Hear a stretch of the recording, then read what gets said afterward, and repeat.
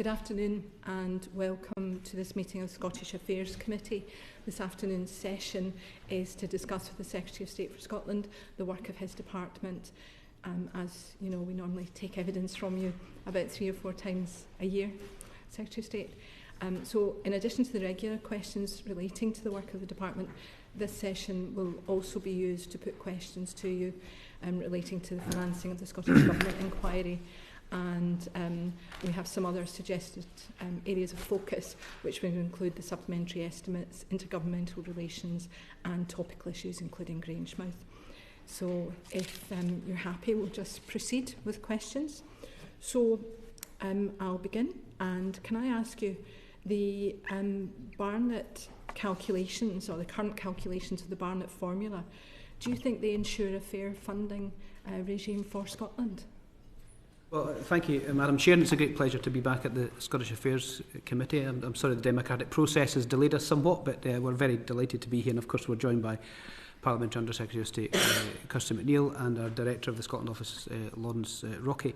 In terms of fairness, look, the Barnett formula has withstood the test of time in terms of its allocations to Scotland, and I suppose the fairness question arises from whether or not it's delivering for the people of Scotland, and indeed most of the analysis would show that it delivers somewhere around £120 for every £100 spent on public services and people elsewhere in the United Kingdom. But it's not just about the Barnett formula. Obviously, Scottish Government funding and Scotland's funding is made up of a number of elements, of which that is one. There is obviously UK Government funding on reserved areas in the Scottish context, but also the block grant is made up of a number of things: Barnett, block grant adjustments, and DEL and there's obviously the big self-financing part. So the Barnett formula has transcended devolution, but it's also meant that even with the Scotland Acts of 1998 and 2016, with the additional devolution of powers, that the Barnett formula has withstood that test of time, has, I think, cross-party support, and therefore it delivers that fairness in terms of expenditure to Scotland. Thank you very much, and it's lovely to have Ms McNeill and Mr Rockey back again, and we are very grateful for your patience this afternoon. As you know, there have been votes and there are likely to be more before we finish the session, but we'll crack on and see how much we can get through. It's been said that the Barnett formula is about pooling and sharing risks and resources across the UK, but we've also heard in evidence that it doesn't take any consideration of spending needs. So is there a case for adopting a needs-based element in the Barnett formula, do you think? I'd be very cautious about a number of things. One would be to undermine the longevity of the Barnett formula in terms of what it does in the Scottish context, and we know the figures are quite clear that it is £120 in Scotland for £100 in the rest of the United Kingdom. So that's a clear issue.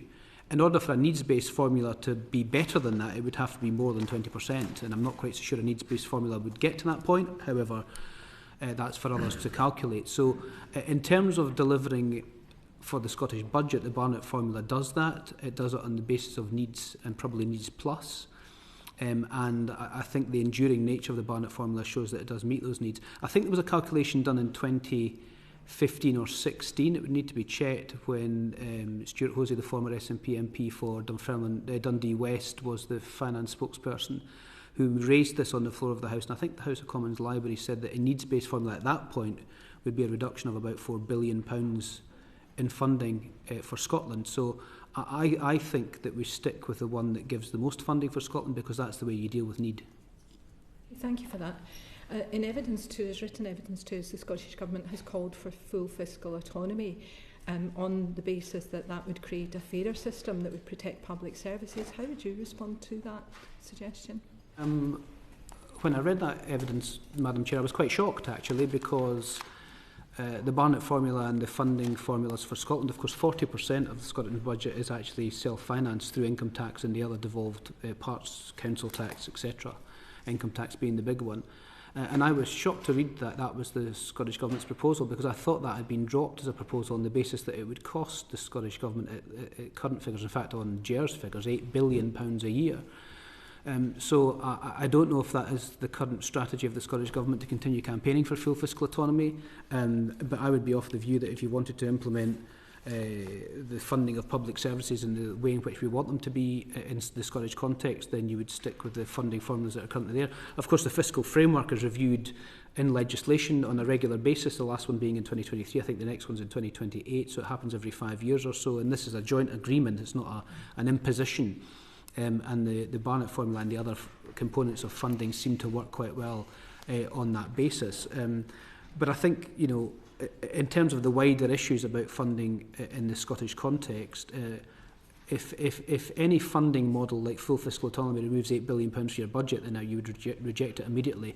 So I would certainly be rejecting that as a proposition on that basis. Thank you very much. You made that quite clear. I'll pass to Elaine Stewart.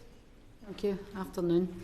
The assignment of VAT revenues was due to be implemented in 2021. Nearly 5 years later, this still has not come into force. What do you think? Do you think it will ever? Yeah, obviously it was part of the Smith Agreement and the 2016 Scotland Act, and therefore something to be implemented.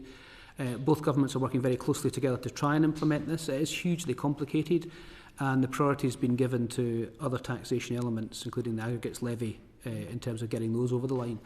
And the complicated nature comes from the fact that the policy to assign 50% of VAT is difficult to administer on the basis that Scottish businesses, for example, don't allocate where the VAT is raised in terms of its own sales tax, etc. So it is a very, very difficult thing, but both governments are working together to try and get it implemented as quickly as possible. We are 9 years on, but it's proving to be quite complicated in nature, and the priority has been given to other devolved powers at this stage, with both governments working together. Thank you. Burke. Evening, or good afternoon, I should say. Can I ask, why are the calculations of comparability percentages not published? Well, I mean, all the budget books, the Green Book, etc., and the budget books would show you what is being devolved in terms of Barnett formula, etc., in each department. And as I understand it, I mean, this is hugely complicated, but each government department either has a 0% score in terms of funding or a 100% score based on the fact a 0% score would be a department that's completely reserved, a 100% score would be a department that is devolved, and every other department has a score between that 0 and 100 depending on the devolution nature of it. And of course, this is done by negotiation between both governments, but the figures are there for people to see in terms of the quantum of resourcing. If you think about a department like the Home Office, for example, not only is the Home Office partially devolved and partially reserved, so we'll sit somewhere along that spectrum of 0 to 100%, but even stuff that is devolved that has a Barnett consequential attached to it might not be used for the same purposes in the Scottish context. So it's a hugely complicated picture, but these things are kept under review all the time, and there's a block grant transparency part of the spring statement, the spending review that you'll see in June when the spending review is announced. Can I ask if you can give us an idea when will the next block grant transparency document be updated? It will be updated and published as soon after the spending review figures are known. The spending review will be in June, so fairly shortly after that. Thank you. Susan Murray. Thank you very much. Thank you. We've heard that the Treasury is the ultimate arbiter of the Barnett formula. Do you think that's fair, and do you recognise that there's a need for other parties to be consulted on decisions? I mean, it's a well-established framework, and there are intergovernmental avenues to this. So there's the Interministerial Finance Committee, where things can be raised, affectionately known as the FISC. There is the Joint Exchequer Committee structures. There is the Fiscal Framework renewals. There is the block grant transparency that's done through the budget processes and the spending review processes. So this is a constantly moving issue, but in answer to the first questions by your chair, the Barnett formula has been able to sustain and survive and has, I think, cross-party support, and therefore, whilst the Treasury, of course, are the ultimate arbiters on the basis that they hold the pen on the budgets, that whole process is a big negotiation across government and elsewhere, and there's a clear cross-government working in terms of the negotiations around those issues, then whilst the Treasury are the ultimate arbiter, I suppose in that sense of your question, there is a whole host of infrastructure around that that allows the Scottish Government in particular to be a participating part of it. So, and I think, you know, you've mentioned the reply to the Chair at the beginning, but I suppose putting the Barnett formula on the statutory footing or formalising it, I think, would I be right in saying that you wouldn't think that's beneficial? I mean, I'd say all these things of whether or not it would be for a purpose, and what would the purpose of putting the Barnett formula on a statutory footing be? I mean, it works incredibly well. There's a whole infrastructure around it. There's a whole infrastructure around intergovernmental relations. You know, if there was a purpose for doing so, but I can't see what that purpose would be, and it works quite well. Lawrence, do you want to? I mean, obviously the fiscal framework process was committed to as part of the Smith Commission, so obviously there is a kind of wider commitment to an ongoing dialogue about making sure that the wider system works. But if you look over go back 10 years, there have been quite a lot of changes to the system overall, which, because through the intergovernmental process that Secretary of State has described. So I would flag this, if you put it on a statutory footing, then you perhaps boxing yourself in with the choices that you have to make more than either side would wish to do so. So I think it might add more complexity without necessarily achieving that much. Thank you. So in that sort of situation, there is suggestions that the current dispute resolution process for the operation of the Barnett formula might benefit from an objective third party. How do you respond to that? I suppose it, to a certain extent, does have objective third-party oversight on the basis of Parliament and other political parties and the public in that sense. But I think it's really important to emphasise that, you know, both governments work very closely together on these issues, and there is a whole intergovernmental structure around them to be able to make sure they're scrutinised and effective. And I merely repeat again that the Barnett formula and other funding mechanisms have survived the test of time, including the review of 2023 for the fiscal framework, which was it's been long established and will happen every 5 years, the next one being in 2028, to iron out some of the issues that may come along that are unforeseen. So there is a whole structure around it. Would a third-party arbiter essentially make those discussions or processes easier? I can't see how that would be the case. It's been suggested to the Secretary of State that the Scottish Government's borrowing powers could be expanded to allow it to borrow in cases other than forecast errors and the like. Would you agree with that suggestion? Well, this is something I think that was tested at length during the fiscal framework renegotiations back in 2023, and will no doubt continue to be tested. I mean, the allocation, I think, for the in terms of the limits around borrowing is 3.05 billion in the capital side, and of course 1.8 billion in the resource borrowing side. That does work quite well because it is used already to balance out the budgets that are required for if there's in-year processes. One of the key things here, though, I think is worth emphasising is that both the Institute for Fiscal Studies and the Fraser of Allender Institute have said that Scottish Government budgeting in itself has to improve in order for this to be part of the process. So it's not just a one-size-fits-all from a UK Government and Treasury perspective, it's also the Scottish Government's budgeting processes, and the IFS and the Fraser of Allender Institute have been incredibly critical, not just recently but in the previous number of years, about how their own budgeting is working. But the mechanisms are there for that to be evened out the course of the year, and again works relatively well. And would you think that the Scottish Government's borrowing limits could be linked to measures such as the GDP growth rather than to inflation as they are at the moment? I mean, I suppose it's a bit like the argument. The answer to that question depends on which is the higher. But I would have thought that linking it to inflation means that over the course of time it maintains its value rather than it being linked to something that might be lower than inflation and decreasing in value. And I would have thought that would have a real cash implication for public services in the Scottish context. That's helpful. Back to Susan Murray. Thank you very much. You mentioned the the opinions given by the Fraser of Allender Institute about the Scottish Government budget process. And actually I felt that as a councillor in some ways, in that it makes it difficult to plan. But do you recognise that in-year spending changes are disruptive to the Scottish Government when that happens, and it's the UK Government that's doing that? These of course are a challenge.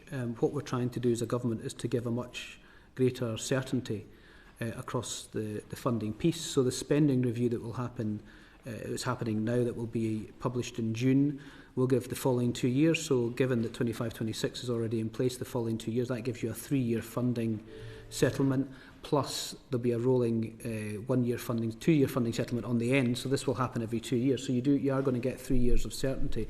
And I think that certainty is what people have been asking for some time. And yes, of course, there's been some in-year adjustments over the course of the last 9 months, but don't forget the budget provided £4.9 billion extra in spending, both capital and revenue, to the Scottish Government's budget, and that should be able to be managed throughout that process. So the borrowing powers are there to help with some of that and are used regularly for cash flow purposes in and out. But also it's really important that the UK Government sets out a much longer term spending horizon, so that it's not a year-on-year basis. And the Fraser of Allender are absolutely right that the Scottish Government's budgeting should do the same. And it's not just, of course, UK Government to Scottish Government budgets, but Scottish Government budgets to local councils and other third-party organisations that are done on an annual basis that gets huge criticism. So I think both governments should work together to give a much longer horizon to the people that we fund further down the chain. Thank you for that. So there's been a lot of praise for the government's commitment to one major fiscal event, which would be alongside this longer funding commitment. That will go part way, hopefully, to mitigating disruptions. And is there anything else that you're able to do to mitigate any disruption to the way the funding is coming in, or do you feel that mostly it's adding funding? Yeah, I mean, the whole government's approach is economic stability. I hope that the October the 30th budget, as the fiscal event we had last year, gives that stability running through. The spending review process, to conclude shortly, is part of that certainty for the next 2 years, and that will be on a rolling 2-year basis, so there'll always be a sort of 3-year horizon of financial settlement to give that certainty. And of course, fiscal events are the time where you add to those particular issues, and of course the Office for Budget Responsibility and the Scottish Fiscal Commission are part of that, are part of that strong process. There will be unexpected events that happen. That's what the Treasury Reserve is there for, and that's what the borrowing requirements of the Scottish Government are in terms of revenue, to allow them to balance and even some of that out. Next question is from Lillian Jones. You Chair, Secretary of State. How much notice is the Scottish Government given regarding changes to spending which will affect the annual block grant? Well, again, we're trying to give a much longer horizon to that, but in terms of the two events that have happened so far, the big budget event in October and the emergency situation that we were met with in July, the Scottish Government is informed by the Chief Secretary of the Treasury in as timely a fashion as possible. To give you an example, Cabinet clears the budget, and then within about 3/4 of an hour the Chief Secretary of the Treasury or the Chancellor will speak to the Cabinet Secretary for Finance on the basis of that. I joined those calls at the budget back in October. So as quickly as can possibly be the case. It's not obviously, timescales are not ideal. I think everybody would admit that, but there is a lot of market sensitive information in there that can only be given at a particular time. And of course, from a UK Government's perspective, we have to make sure that our decisions are cleared by Cabinet before they go into the public domain, because those decisions could ultimately change. That's what Cabinet Government essentially can do.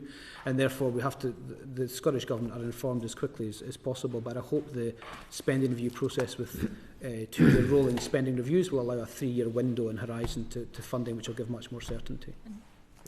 Chair, could I just follow up on that? When we were last at the committee, we said that part of the point of the reset was not just resetting the relationship with the Scottish Government, but with Scottish society writ large. So it's important we get information to the Scottish Government as soon as possible, but also to wider Scottish stakeholders as soon as possible. And I think we did that really effectively on the day of the budget. We spent most of the sort of 5 hours subsequent to the Chancellor sitting down in conversation with relevant Scottish stakeholders, and we're committed to being as accessible and transparent on that going forward.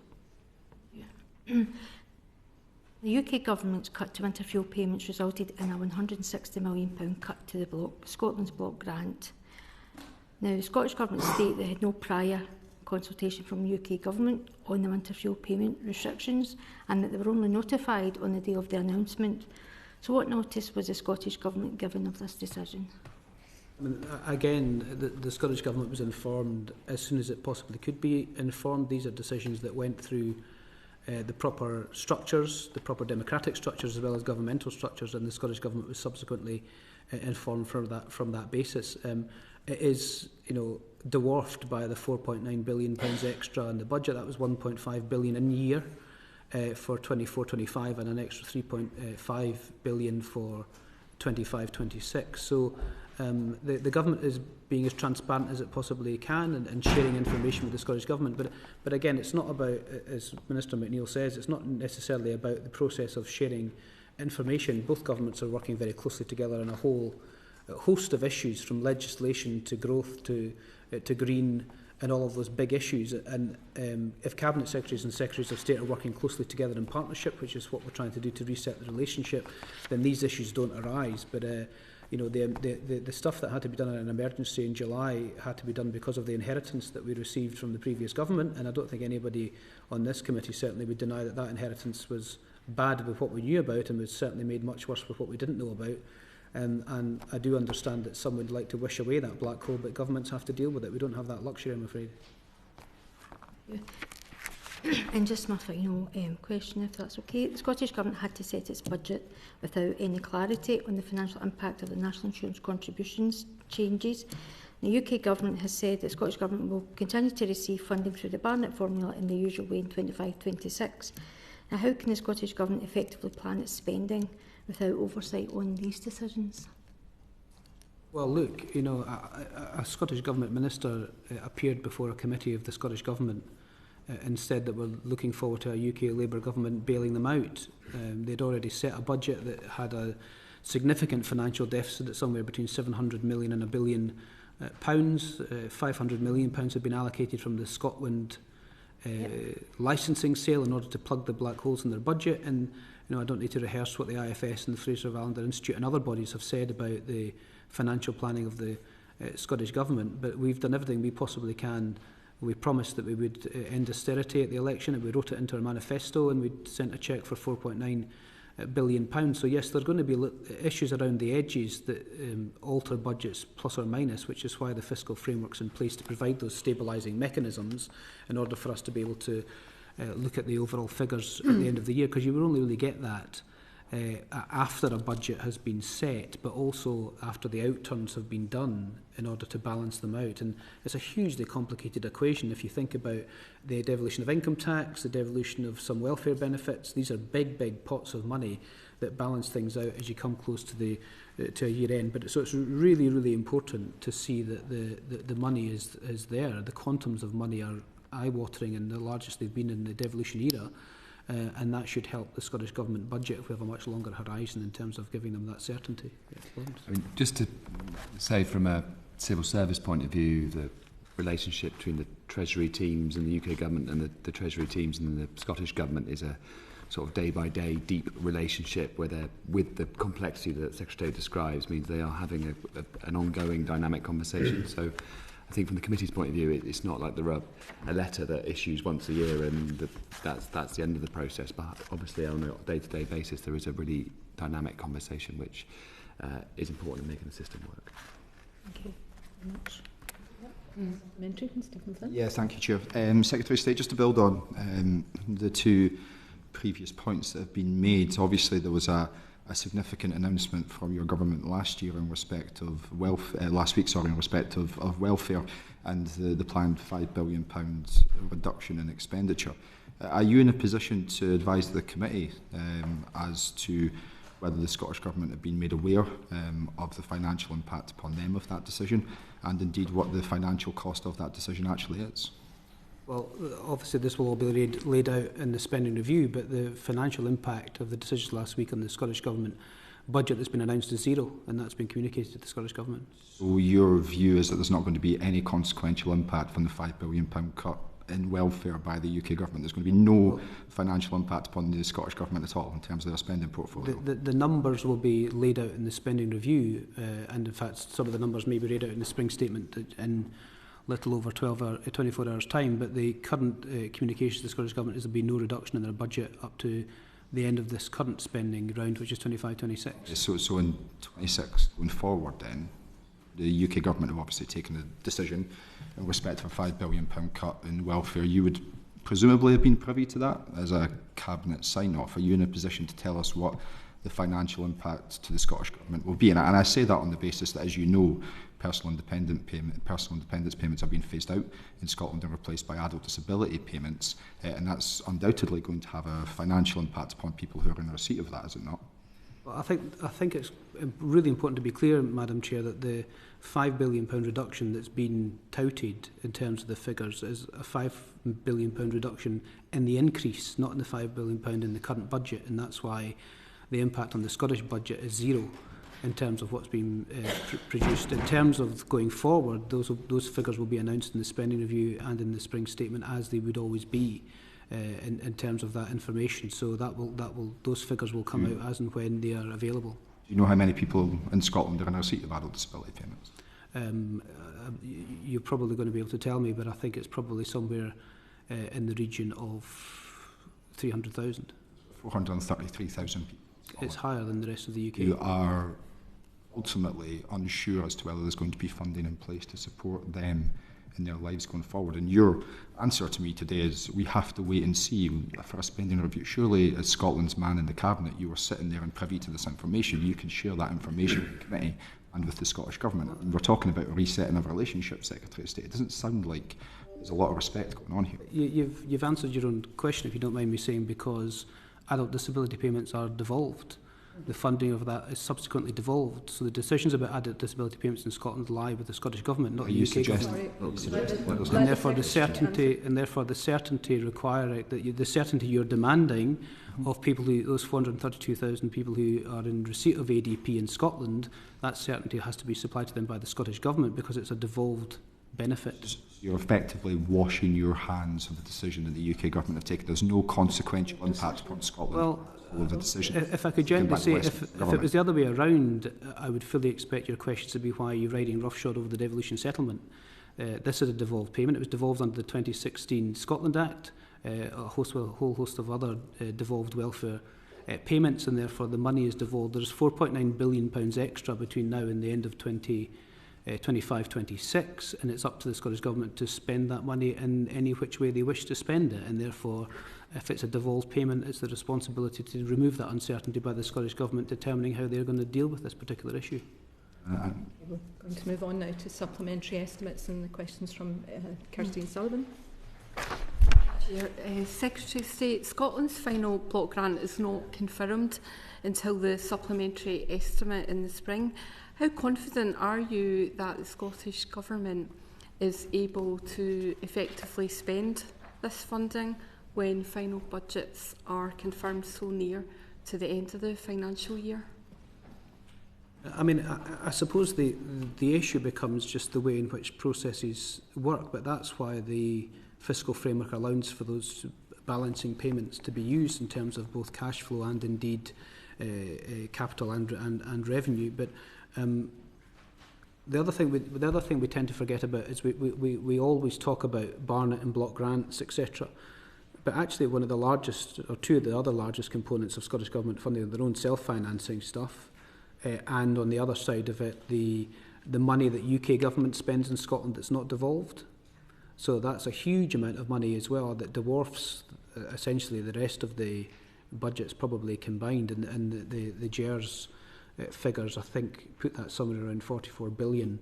UK government aim is around 600 billion, so you can see the context of how all that works together. So there is a reserve that can be used as well in terms of balancing out some of those payments, and the total reserve last year, if I just look at these figures, for genuine, unforeseen, unexpected and unaffordable pressures will be significantly smaller than in recent years. In 25-26, the total reserve will be 4.1 billion compared to 11 billion pounds in 23-24 and 10 billion pounds in 24-25.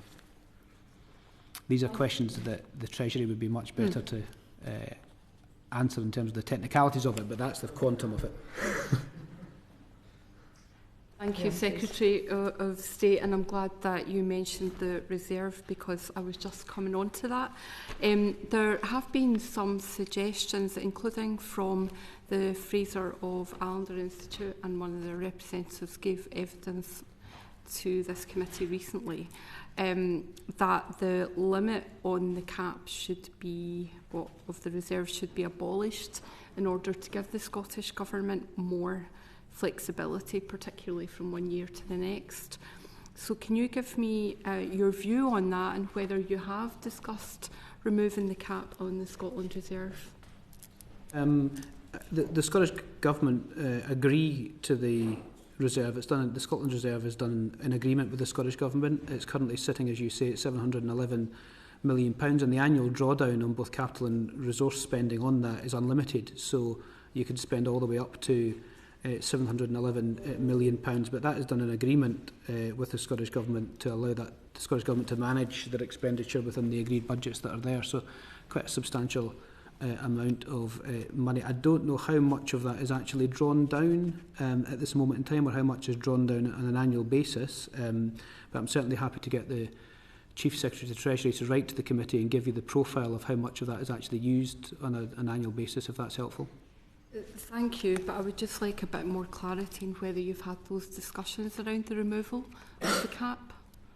I haven't done so, but the Scotland Reserve is agreed with the Scottish Government and the Treasury on an annual basis. Lawrence? I mean, just the fiscal framework review, as Secretary of State mentioned, is committed to review that once the Parliament. So it's, and obviously the next one is not scheduled for a couple of years, but that will be the process when those sort of issues would, that is the forum for which those sort of issues would be discussed. So there's obviously discussion around stability. So there's a constant discussion about changing the rules, and the whole system in danger is becoming kind of overly complicated. So that's why you have a regular moment in order to discuss the issues that both sides would like to discuss. And that next moment is 2027, I think. 2027. Okay. Thank you. I'll just move on to my next question. So in the supplementary estimate, 43.7 million was removed for city region deals. Can you tell me what the reasons were for this reduction in direct investment, please? Lawrence, do you want to? So obviously we were really pleased to announce, sign jointly with the Scottish Government, the final growth deal in Argyll and Bute just 2 weeks ago, and each deal has a specific amount of funding over a 10-year period. Some of the profiles are over slightly longer, but obviously each regional partnership has to have the business case and have the project ready to deliver against that profile of expenditure. And due to lots of reasons that you'll be familiar with, might be contracting on a project, or things might slow down, some things go quicker. There's obviously a dynamic process by which all of the funding for across all of the growth deals amount to, and this number that you refer to recognises the fact that the expenditure has been slightly behind profile, and therefore the Scottish Government have only requested the money that they need against that figure. The growth deal model is unusual in the way that it is accounted for.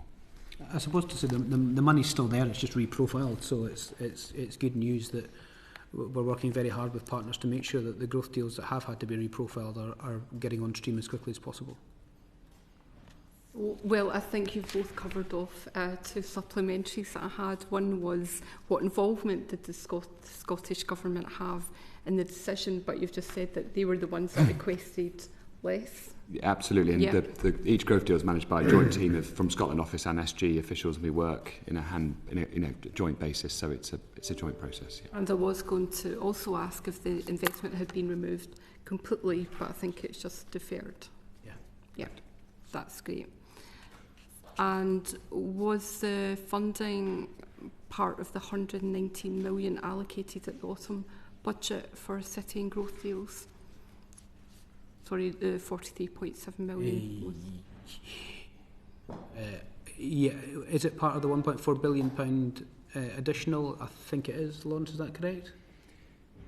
Yes, I think that's correct. I mean, essentially all 12 growth deals that now cover the whole part of Scotland are fully funded.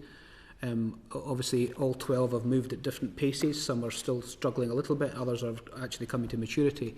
That funding over that period of time will be drawn down as and when is required. And I think the 119 refers to the Falkirk and Grangemouth growth deal and the Argyll and Bute growth deal, which are the final two that have been recently concluded. And then the total funding of all 12 growth deals are then managed jointly with the Scottish Government.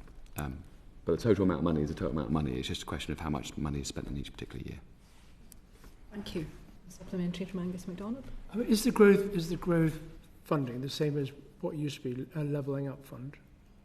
Yes and no. I mean, the city growth deals are the 12 individual deals that were put together in partnership between the UK government, the Scottish government, local government and third-party stakeholders, like universities and private sector. The levelling up funding is slightly separate to that for different projects that aren't part of the growth deals themselves. There are still effectively... Is that correct? Yes. Yeah. Is there still funds available for people to apply to? And what would they call That's that? who you are. No, I'm joking.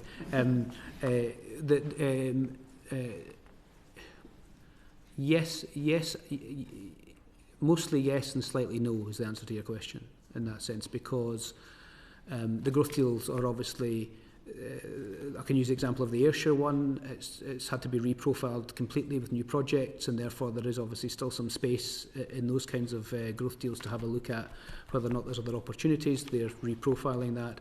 And there's obviously a bit of a reprofiling done in Falkirk and Grangemouth to take into account the issues that were happening at the Grangemouth refinery, and 20 million of that has been looked at in terms of additional money to reprofile into the skills.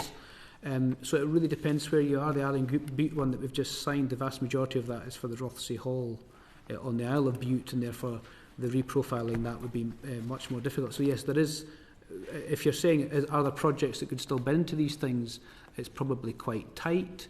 But there are opportunities in terms of some of the reprofiling of the growth deals that are slightly less mature than the other ones. Would that be fair? I'll be in touch. Well, you won't need to be, because we are going to be in touch, because what the nature of your questions has revealed to us something that we'd already clocked, which is because the growth deals are tripartite between the local authorities, the Scottish Government and the UK Government, the bit that's missing is actually oversight from Scottish parliamentarians. So you won't have a formal role in the oversight of the deals, but it's really important that you are appraised of everything that's happening in your local deals. So we already have that in train to make sure that on a cross-party basis, Scottish parliamentarians are able to get under the skin of what's happening and not in the different deals. Elaine Stewart. Secretary of State, how have you represented the best interests of Scotland to the Chancellor ahead of the spending review? Well, we have, as a Scotland office, which might feed into some of the questions going on to the more general inquiry session later, we've reformulated the whole of the department into 4 key priorities: economic growth, green industries, Brand Scotland and poverty. And those are the 4 key strategies that we're pursuing as a department, but also, many of those strategies are part of the key UK government's missions as well. So we're feeding in a whole host of things into the Treasury in terms of unlocking that economic growth. It's key. A lot of the projects that have been announced already by the Chancellor,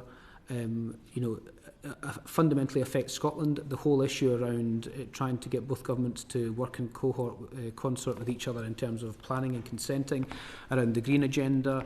There's huge issues around the AI growth zones, which are currently, the applications for those have closed, and there's been many bids from Scotland as well. So our role as a Scotland office is essentially to champion Scotland, but also to be Scotland's window to Whitehall and allow others to also make those cases as well. In fact, we've had many letters from members sitting around this committee for things that should be going into the spending review. So our key thing for the spending review is twofold. One is to get as much in the spending review that affects Scotland directly, and secondly, to make sure other government departments have stuff in there that is of great interest to Scotland as well, which is partly to do with the first issue. And then the big issue as well is in terms of getting the Scotland office into a place where we're able to influence those things directly already. So there's a whole number of strands in the spending review going on in terms of Scotland's voice. It's heard loud and clear. And if I can maybe just a little footnote to that, Whitehall and the fact that all governments, I think, work in a very siloed nature, and what the Chief Secretary of the Treasury is trying to do with the spending reviews to find a horizontal way across government of working. So it's a mission-led government. So the green, clean energy by 2030 is not just DESNZ's responsibility, it's actually the responsibility of all government, including growth, etc. So what we're trying to do is to do exactly the same thing, but have a Scotland overview to everything that's going on as well. That'll be the first time that's ever been done, but it'll allow us to investigate what other spending review, other departments have got in their spending review relevant to Scotland, and how we can influence that. And can I also just add, the Chief Secretary to Treasury was in Scotland last month, the Chancellor herself and the Exchequer Secretary have been in Scotland this month, so part of our job in terms of being that window is making sure that Scottish stakeholders are getting FaceTime with relevant Treasury Ministers, and I think we've been successful in that in the last 2 months, and we'll continue to prioritise that. Can I ask a supplementary on that point? I already have an indication of a supplementary, so it's a brief one from Stephen Flynn. No, it's okay. It was just a very, very brief one. The Net Zero Secretary, in response to a question from myself last week in relation to the ACON project, said look forward to the spending review, and he did so with a smile on his face. I assume that the Secretary of State for Scotland is also championing at the bit to see the ACON project pushed ahead, and is arguing for that to be included in the spending review in terms of that capital that it so desperately requires. We champion at every Scottish bit. Douglas McAllister. Thank you, Chair. Secretary of State, you mentioned in your answer the spending review will focus, one of the priorities is tackling poverty. The UK Government Office of Culture, Media and Sport announced last week £100 million of funding to tackle improving sports facilities. Will that be targeted specifically at areas of greatest deprivation, and will Scotland get its fair share of that £100 million announcement? Yeah, Scotland gets £8.6 million worth. It's being done in conjunction with the Scottish Football Association, so we get more bang for our buck together. They have a really ambitious programme over the next period of years in order to upgrade multi-pitches and things, and Minister McNeill won the Keep You Uppy Challenge and launched it with the Secretary of State at DCMS in Bonnyrigg last Friday. Indeed, at Bonnyrigg Rose Community Football Club. And yes, the answer to your second bit of your question is yes, it'll be targeted on those who are least able to access grassroots sport, so a focus on income, but also on girls' access to sport. And just generally, Madam Chair, if you don't mind, the reason that the budget last October had such a significant impact on Scotland was because Scottish MPs from across parties, but particularly within government, were championing Scotland's cause, which is why the £4.9 billion figure was so high. Get a few more knocks at your door then, I would imagine, Secretary of State. That funding stream is not yet open, but it will be very shortly. Who oversees that in Scotland? So as it's DCMS in partnership with the SFA, so there's already contact details available for the right person at the SFA if people want to indicate kind of early energy around bids locally, but the funding stream itself is very, very shortly, but not yet. And I couldn't possibly tell Madam Chair how to run the committee, but actually the SFA have a wonderful presentation of the 104 pitches and facilities that they've done already. Right across Scotland, from the very tip of Shetland right down to the borders, and this 8.6 million, along with the plans that they've got through the SFA, will be a real game changer for some of those other facilities that haven't been done yet. And it's a presentation well worth seeing. Really impressive. Noted that, Secretary of State. Thank you. So back to a question from me about the Internal Market Act review that's going on. So the review is ongoing, as we know, and will the government, or is it thinking of revising the Internal Market Act as a result? Sorry, that's a vote. Which I had the most tremendous answer for you as well, but the bell's well, we could come back to it. I don't know whether we're going to have 1 or 2 divisions at this point in time. I don't know if that's something that you're able to tell us, but... I had 6, but... Yeah, I know. But I think we're going to have to adjourn for the moment and hopefully come back